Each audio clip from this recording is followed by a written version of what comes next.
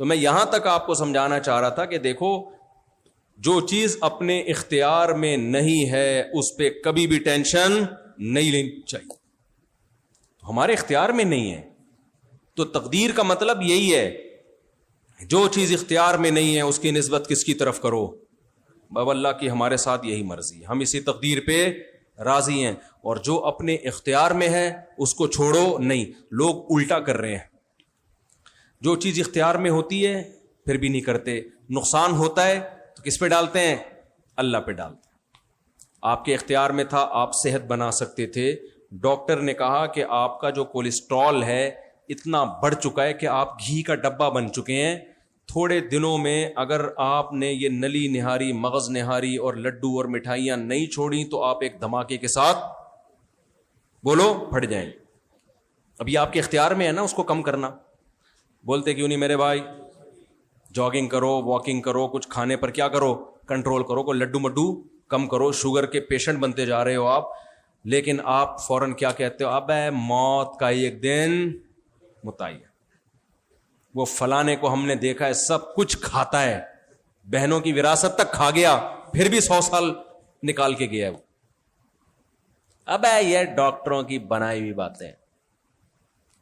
آپ کو کراچی میں ایسے بہت سے لونڈے لپاڑے ملیں گے جو قدرت کی طرف سے بے روزگار نہیں ہیں, اپنی سستی اور کاہلی کی وجہ سے بے روزگار, ایک نمبر کے سست, کچھ بھی نہیں کرتے سوائے رزق بڑھانے کے وظیفوں کے. مجھ سے پوچھتے ہیں روزی بچانے کا وظیفہ بتا دیں. میں نے کہا جتنا ٹائم وظیفہ میں لگائے گا اتنا ٹائم جاب تلاش کرنے میں لگا دے, اور وظیفے میں بس ایک کافی ہے. رات کو تہجد میں 2 رکعت پڑھ کے اللہ سے کیا مانگ لے. اللہ اردو بھی سمجھتے ہیں. آپ سمجھتے ہو یہ والی الفاظ 6 دفعہ دہرائیں گے تو اللہ کی سمجھ میں آئے گا؟ بھائی اپنے اسٹائل, آپ کو کسی سے بھیک مانگنی ہوتی ہے, وظیفہ پڑھ کے پھونکتے ہو یا اس سے مانگتے ہو؟ کیسے گھما گھما کے مانگتے ہیں. سیٹھ صاحب کے پاس جب جائیں گے, سیٹھ صاحب سے کہیں گے ایکچولی وہ آیا تو اصل میں مسئلہ یہ تھا کہ جا تو میں بہت سارے لوگوں کے پاس سکتا تھا, لیکن اصل میں آپ کے پاس اس لیے آنا ہوا کہ میرے ذہن میں آپ ہی کا آ رہا تھا, کیونکہ آپ ہی, اللہ نے آپ کو کیسا گھماتا ہے نا.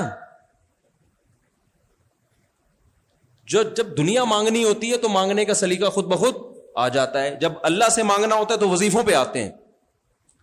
تو اللہ کو سب سے زیادہ جو عمل پسند ہے نا وہ اپنے آپ سے مانگنا, کہ کوئی اللہ سے مانگے. حضرت مولانا اشرف علی تھانوی نے یہ بات لکھی ہے کہ دعاؤں میں جب کام ہوتا ہے تو انسان نسبت کس کی طرف کرتا ہے؟ اللہ کی طرف. وظیفے سے کام ہوتا ہے نا تو وہ یہ سمجھتا ہے کہ کام تو ٹھیک ہے اللہ نے کیا, لیکن یہ طاقت کس کی تھی؟ یہ وظیفے کی پاور ہے کہ اللہ کو سمجھ میں بات آ گئی. میں وظیفوں کو ناجائز نہیں سمجھتا, لیکن دعاؤں کو فوکس کرو. تو آپ کیا کر رہے ہو؟ اسباب اختیار نہیں کر رہے, نہ صحت کے اسباب, نہ جاب کے اسباب. کاروبار وہ کریں گے جس کا نہ سر نہ پیر. سردیوں میں ایک آدمی برف بیچ رہا ہو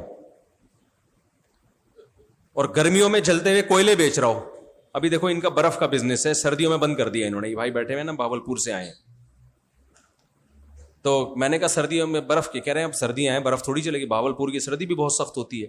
اب یہ سردیوں میں بھی برف کا کام کر رہے ہوتے اور کہتے ہیں مفتی صاحب جب سے نومبر دسمبر آتا ہے نا پتہ نہیں ہمارا کاروبار کی ایسی کہ لگتا ہے کوئی نظر لگتی ہے. جون میں کوئی نظر لگا کے جاتا ہے اور دسمبر میں جا کے وہ لگتی ہے. یہ ہو رہا ہے آج کل مارکیٹ میں. کیا چل رہا ہے یار؟ کسی نے کچھ کر دیا ہے یار. پچھلے سال بھی نومبر میں سارا کاروبار ٹھپ ہو گیا تھا. 4 مہینے ہیں اس میں بھی ہمارے بیوی بچے ہیں, کیسے گزارا کریں یار؟ کوئی پڑھنے کو بتا دو. ڈپریشن میں جا رہا ہوں. تو بھائی تو بے وقوف ہے بھائی. تو نومبر دسمبر میں وہ بھی پنجاب میں کوئی گولا گنڈا کھائے گا کیا؟ کیوں برف بیچ رہا ہے بھائی؟ تو کوئلے بیچ, اس میں کیا چلے گا؟ کوئلے بیچو آپ. وہاں لاہور میں سردی اتنی سخت ہوتی ہے لوگ کوئلے گرم کر کے کھائیں. اس کا تو تصور ممکن ہے, کھاتے نہیں ہے, لیکن ایسا نہ کوئی کوئلے کا بزنس شروع کر دے. کام الٹا کر رہے ہیں. جس کام میں ذرہ برابر تجربہ نہیں ہے, ایکسپیرینس نہیں ہے, وہ بزنس شروع کریں گے. کتنے لوگ ہیں میرے علم میں, ایک آپ کو پتا ہے گولڈن شیک کے نام سے ایک وہ پالیسی گورنمنٹ کی نکلی تھی نا کہ ریٹائرمنٹ لو اور اتنا پیسہ لو. کتنے لوگوں نے اپنی زندگیاں برباد کر دی. کیا کیا ایک صاحب نے, پیسہ لیا, بیکری کھول لی. ہم ان سے کہہ رہے تھے آپ کو بیکری کا تجربہ ہے, آپ کے باپ دادا میں کوئی کیک بنانے والا بھی گزرا ہے؟ کوئی ایک ہے جس نے کبھی نمکین بسکٹ بنایا ہو؟ نہ جی. تو میرے بھائی جس کام کا سرے سے تجربہ نہیں ہے, لاکھوں روپے اس میں لا کے آپ ابتدا کر رہے ہو, اتنا بڑا رسک لے رہے ہو آپ. فوراً جواب میں پتہ ہے کیا؟ کھلانے والا کون ہے؟ اللہ. اس نے کہا محنت کرو, جو مقدر میں ہوگا ملے گا. روڈ پہ آ گئے, بیویوں کو طلاقیں ہو گئیں, بیویاں بھاگ گئیں. یہ ہوائی باتیں نہیں ہیں, مشاہدے پر مبنی باتیں ہیں. بھائی کس بے وقوف نے کہا کہ آپ کو بیکری کھولو؟ بیکری کے لیے پہلے کیا چاہیے؟ کسی بیکری والے کے پاس پہلے 2 سال جاب کرو. کتابوں سے نہیں کیک بنانے کے طریقے. وہ کیا کرتے پہلے تو یوٹیوب کا زیادہ دور نہیں تھا, کتابوں سے کیک ایسے, بسکٹ ایسے, فلانا ایسے, اور پھر ملازموں کے حوالے کر دیا. یہ تو حماقت در حماقت ہو گئی کہ نہیں ہو گئی؟ تو اس طرح کے ہمارے ہاں حرکتیں ہو رہی ہوتی ہیں, اور پھر نظر کس پہ رکھتے ہیں؟ اللہ پہ. آپ نبی صلی اللہ علیہ وسلم کی زندگی دیکھو, کیسے ہر چیز کے سوٹیبل اسباب اختیار کیے ہیں. کیسے اسباب. ہم پتہ ہے کیا کرتے ہیں؟ ایک بہت اہم بات, ہم نبی کی زندگی کی وہ سیرت دیکھتے ہیں, سیرت کا وہ پہلو دیکھتے ہیں جس کا معجزوں سے تعلق ہے. جس کا کس سے تعلق ہے؟ معجزے. آسمان سے فرشتے, یہ کیا ہے؟ معجزہ.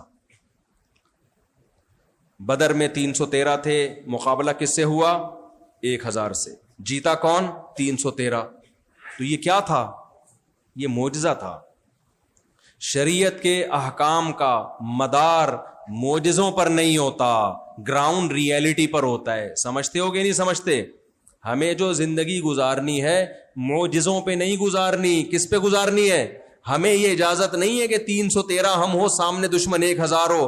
ہمیں شریعت نے حکم دیا ہے فوراً پتلی گلی سے نکلو اور وہاں سے بھاگ جاؤ. یہ حکم ہے, آرڈر ہے قرآن کا.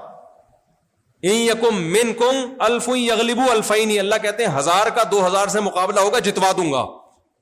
کیا مطلب؟ ڈبل ہوں گے نا دشمن, تو کچھ ایمان کی طاقت, کچھ اسلحے کی طاقت. ڈبل سے کم ہوئے تو پھر کوئی گارنٹی نہیں ہے. میں سمجھا پا رہا ہوں اپنی بات؟